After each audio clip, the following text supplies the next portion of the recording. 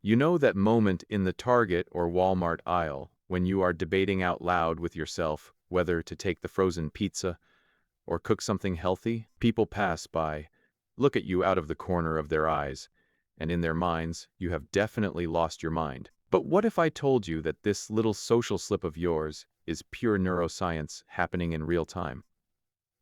Society loves to label those who deviate from the norm, but the line between seeming a bit crazy and being an absolute genius is incredibly thin. If you have some bizarre habits that make your friends and family raise their eyebrows, you can relax. Today, we are going to explore exactly how the brightest minds operate. Pay close attention, because I am going to reveal 9 scientifically proven signs that your craziness is actually definitive proof that your mental hardware much faster than average. And to start understanding how this machine inside works, let's analyze our first sign in depth. So, let's go straight to what is probably your most judged habit. You're not just thinking, you have full conversations with yourself out loud. And it's not just a whisper. Sometimes it's a real debate. You narrate your own actions while making breakfast, like you're hosting a cooking show on Food Network. And when someone catches you having a deep discussion about whether cereal counts as dinner, the look on their face is priceless. But here's the big plot twist. You're smarter than them. Talking to yourself has nothing to do with losing your sanity. In fact, it's how high-performance brains operate. When you vocalize your thoughts, you're literally forcing your brain to organize ideas clearly and in a linear way. Research from the University of Wisconsin found that people who talk to themselves while doing tasks perform much better than those who think silently. It's as if your brain needs to hear itself to think properly. Pro athletes do this all the time before big games to get in the zone. And people say Albert Einstein often muttered to himself while solving complex equations. That non-stop narration, while you desperately search for your car keys before, is your brain processing multiple solutions at once. Your working memory has very limited space.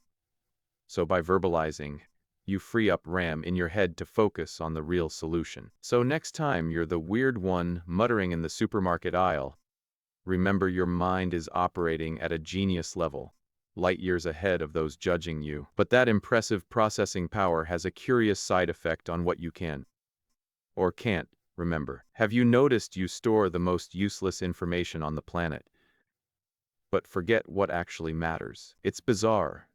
You can't remember where you put your phone in the last 5 minutes, and you even forget to congratulate your best friend on their birthday. But if someone asks the capital of Zimbabwe, or how black holes work, you give a full TED Talk style lecture. You know, for example, that a group of flamingos is called a flamboyance. But don't ask what you ate for dinner yesterday, because your mind goes completely blank. Society loves to label this as distraction, but it's actually a highly efficient filing system of an intelligent brain. Your memory isn't broken at all.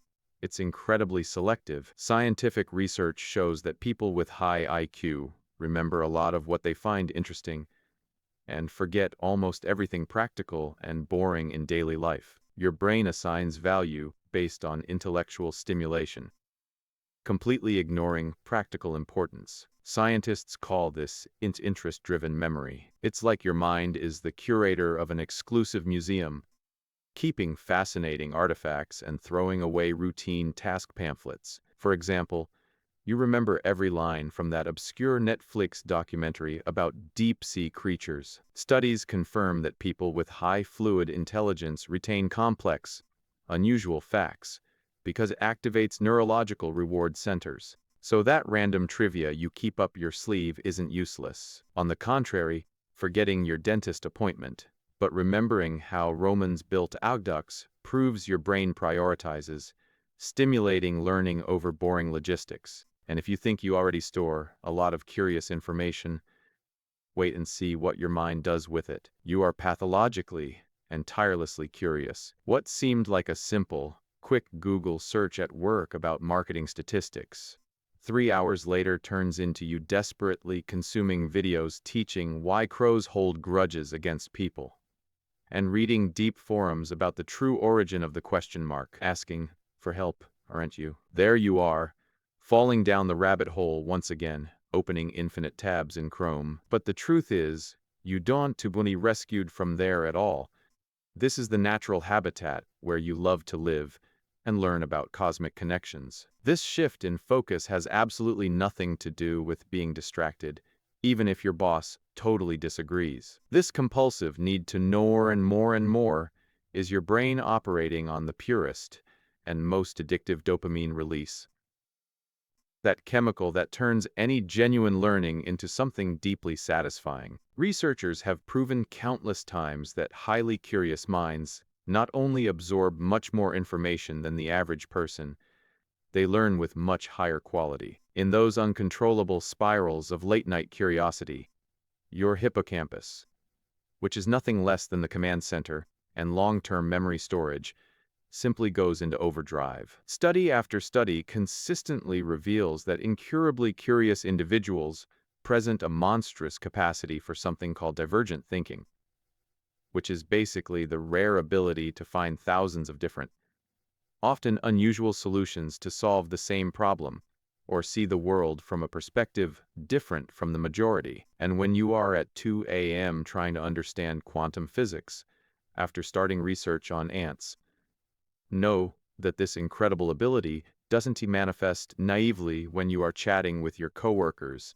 in the company break room. Not only do you have a lot of random information in your head, but you also have an undeniable talent for dropping that brilliant sarcastic comment in the middle of any situation, leaving most people wondering if you're joking or just being incredibly insensitive. For example, when that coworker suggests another useless project agenda meeting at 4:30 in the afternoon, you send a sarcastic, "Oh, wonderful.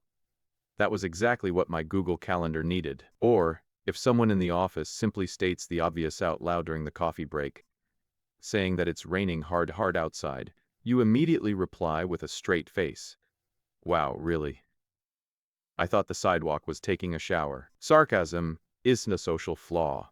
It's actually your first language, while absolute sincerity is often kept in a distant second place. And as much as they try to feel guilty for this sharp tongue, congratulations. Your brain, without you realizing it, is performing a true high-level gymnastics routine. To be genuinely sarcastic without stuttering, your mind needs to process the real words spoken by another person, construct and deliver the opposite message instantly, and evaluate, in fractions of a second, the complex social dynamics of that moment. Yes, you need the speed to check the cultural nuances of the group, read live facial expressions, and calculate with the precision of a Swiss watch the right tone of your voice for the comment to have impact and not offend gravely. It is an obscene amount of intelligence flowing from one side to the other. Renowned universities in the United States have deeply studied and proven that there is a strong connection between this cognitive flexibility to create sarcasm and high creative performance efficiency to solve challenges in work and life. So, every biting joke requires rapid multi-layered thinking, with a meaning that the minds around you need to be fast enough to process your double message in the same conversation. This speed and control to express yourself with astuteness often lead us to our next singular aspect about exceptional brains and their continuous process of thinking uninterruptedly. But that same mind-blowing speed that makes you master sarcasm also leads you to our next sign, where your attention seems, to others, to disappear completely. Your management talks about quarterly goals, and your head has just invented a revolutionary new ice cream flavor. The speaker focuses on economic policies, and your blank stare is redoing the entire layout of your apartment, thinking about the new living room furniture and the perfect shade of blue for the main wall, or that giant Zoom meeting about critical delivery deadlines the team needs to follow. And in paying attention to the boring Excel charts, you find yourself actively thinking about what fascinating language dolphins would speak if they actually had vocal cords, while nodding affirmatively from time to time to seem super engaged. Yes, Your basic and mandatory attention to clock in is physically present and active there in the moment of total boredom.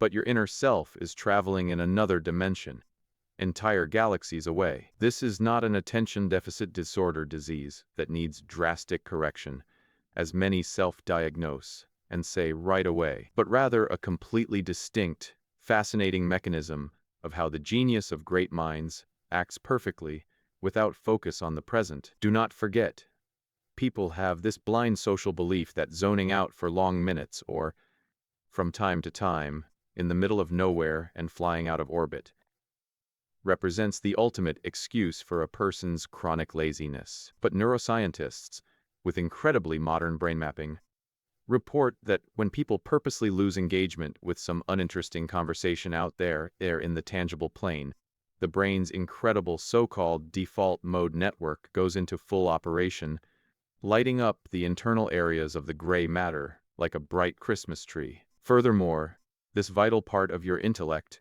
is boiling the neural connections that are extremely energetic, limitlessly connecting the craziest memories and fabricating highly abstract, creative, and future-thinking solutions at frightening speeds. The great breakthroughs in history often emerged from this powerful daydreaming outside of rigid and inflexible scenarios. This ability to generate creative solutions out of nothing is also reflected physically in the environment around you, which leads us to our seventh sign, your personal space. To any normal person looking at your room or office, it looks like an F55 level tornado just passed through there. There are clothes piled on the chair, that chair that stopped being a seat in 2024. Books and notebooks scattered as if they had been thrown. And your desk? Your desk is covered by a geological layer of papers, coffee cups, and Post-its. But here comes the magic. Someone enters your room and asks where the laptop charger is, and in exactly 3 seconds, you dive your hand into that absolute chaos and pull out exactly what was asked for, like a magician pulling a rabbit out of a hat. Society, including your mother, loves to call this unacceptable messiness, but science calls this a highly advanced spatial filing system that only your brain can decode. Studies conducted at major universities tested the creativity of people in perfectly organized environments against visually chaotic environments. The result: the group in the messy room not only had the most innovative ideas, but also found much more original solutions to complex problems. And the reason is fascinating. Brilliant minds don't waste precious processing power trying to align pens and arrange papers in parallel, because they are too busy organizing complex thoughts internally. That pile in the corner isn't laziness, it's an active project. Those scattered papers represent the visual progress of a developing idea. Your brain has mapped the entire geography of your room in a unique way. It is not dirt, it is structured chaos. As Albert Einstein, whose office was notoriously a disaster zone, famously countered when criticized, if a cluttered desk is a sign of a cluttered mind, of what, then, is an empty desk a sign? But while you navigate perfectly through this chaos during the day, it is at night that your brain decides it is time for the main show. This natural transition to high performance that we just talked about, strangely, has a very peculiar time window for those with a hyperactive mind, which leads us to the unmistakable eighth sign. You are probably a certified night owl, and the harsh truth is that no internet coaching advice, productivity podcast, or the classic wake up 5 a.m. with the rooster crowing will change this about you. People say, the world belongs to early risers, with the military routine of black coffee without sugar and a cold shower. Meanwhile, your brain literally doesn't even start the main engine of genius until the clock strikes 10 at night. But you are not doing anything wrong. On the contrary, science is 100% on your side and applauds your poorly slept night. Countless modern studies measuring IQ consistently point out a strong connection between high intelligence and the biological preference for staying awake when everyone else is knocked out. And evolutionary psychology discovered exactly why. If you stop to think about it, throughout human history, before electricity, the The night was incredibly dangerous and scary for us in the wild nature. But intelligent minds are programmed, par excellence, to much more easily adopt new and challenging behaviors on the evolutionary scale. Besides, your biological clock simply works differently. When you enter deep into the dawn, the world, and the other people in it, stop sucking your precious vital energy with boring emails, WhatsApp messages, and random interruptions at your bedroom or work door. Everything finally becomes silent. This total sensory isolation, where only your thoughts scream and play without social restrictions or background noises, allows the prefrontal cortex, the brain's command center, to turbocharge creativity to frighteningly high levels and solve puzzles in the dark. Charles Darwin, Barack Obama, and countless other brilliant geniuses frequently operated better by the light of the moon than under the glare of the afternoon sun. So, for 3 a.m. has nothing to do with morning laziness or a bizarre melatonin dysregulation, as they say. It is simply your biological machine seeking the most uninterrupted environment possible to turn on maximum processing capacity. And often you even avoid normal night invitations and activities to live this intensely alone. And this absolute need for productive isolation during the dawn leads us directly to our revealing ninth sign, which is your loving and deeply rooted relationship with solitude. When you are invited to a crowded party or a mandatory corporate social event, you physically feel your social battery draining at the speed of light. Like an old cell phone with the screen at maximum brightness, running 5 heavy apps at the same time. But give you a quiet Friday night alone at home, with a random project or a book, and suddenly you have enough energy to build a rocket in the living room. What extroverted people often misdiagnose as being antisocial or too shy in reality is your brain operating on a completely different and much more intense frequency. Think of it, pure computer processing power.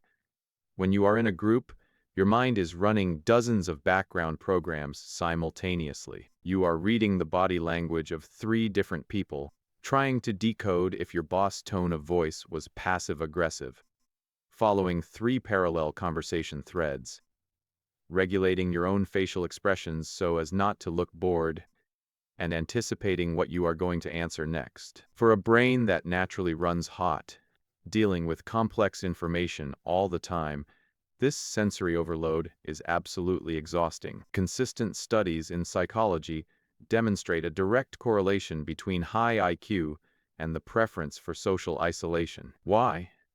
Because analytical minds desperately need this downtime to process, classify, and file the tsunami of information they absorb during the day. Being alone is not running away from the world. It is closing the background apps to dedicate 100% of your mental CPU to the complex thought and deep connections that are impossible to make in the middle of a noisy conversation circle. Your solitude is essential system maintenance. And when your system is clean and running at maximum capacity, it begins to see things that others swears do not exist, connecting dots in an almost frightening way. And when your mind processes the world at this uninterrupted speed, coincidences stop being coincidences to you. And this is our last, and perhaps most powerful, sign of genius. You notice subtle patterns in things that leave other people lost. Your coffee maker, for example, seems to break exactly and systematically in the same week as your internet router. At the end of February, every time, you begin to notice that the traffic lights on the way to work are synchronized in a way that delays you perfectly for 3 minutes only when you are running late. Not by luck, but by the repeated light cycles of the 4 previous blocks. And that the people you work with tend to use similar terms right after the boss uses one in the morning, before closing deals, in an almost robotic social reflex. While the overwhelming majority of people simply ignore or attribute this to luck or bad luck, or even to astrology and horoscope signs as an excuse for not understanding, your high-powered brain never turns off the search for pattern data. Neuroscientists have already photographed through images the intensessing capacity that individuals with absurdly high cognitive levels use. And this results in highly dedicated areas just to try to tie points together in the apparent madness of the world. Seeing these deep daily patterns or predicting behaviors is not what they call heavy paranoia or crazy overthinking. Your mind, almost subconsciously and robotically, evaluates multiple simultaneous realities, remembers the identical past, finds subtle cause and effect correlations, and runs precise statistical calculations before you even realize what you just did in milliseconds. You are, in fact, constantly hacking and ordering the apparent disorganization of nature into little boxes of the predicted future. It is this exact level of complex, abstract processing that separated scientists from absolute geniuses in the greatest discoveries of history. From Newton's modern physics to the mysterious rules of the New York Stock Exchange economy. Someone stared intently at what no one else saw and brilliantly nailed the correct line between them. If you often laugh to yourself while guessing people's lines in a movie or anticipating the end of the book in the first few pages due to the narrative math involved, and your friends widen their eyes in shock as if you had perfectly read their future through telepathy. No, it's just your mind 3 moves ahead of the opponents and them. So, the next time someone looks at you strangely because you are muttering to yourself in the supermarket aisle, laughing at a joke only you understood, or preferring the company of a book on a Saturday night instead of a crowded party, smile internally. Society has always had difficulty understanding brains that operate on frequencies it cannot capture. These behaviors that many label as weird, distracted, or even crazy are, in fact, the behind the scenes of a mental machine operating at maximum capacity. Now, I want to know you. Out of these 9 brilliant oddities that we explored today, how many did you identify with? Are you the chaotic night owl or the sarcasm master who talks to themselves? Leave the number here in the comments. I am very curious to see which of these signs is the most common among you. And if this video made you feel a little more understood and a little more of a genius, don't forget to subscribe to the channel and leave that like to show the algorithm that your brain prefers intelligent content. See you in the next video.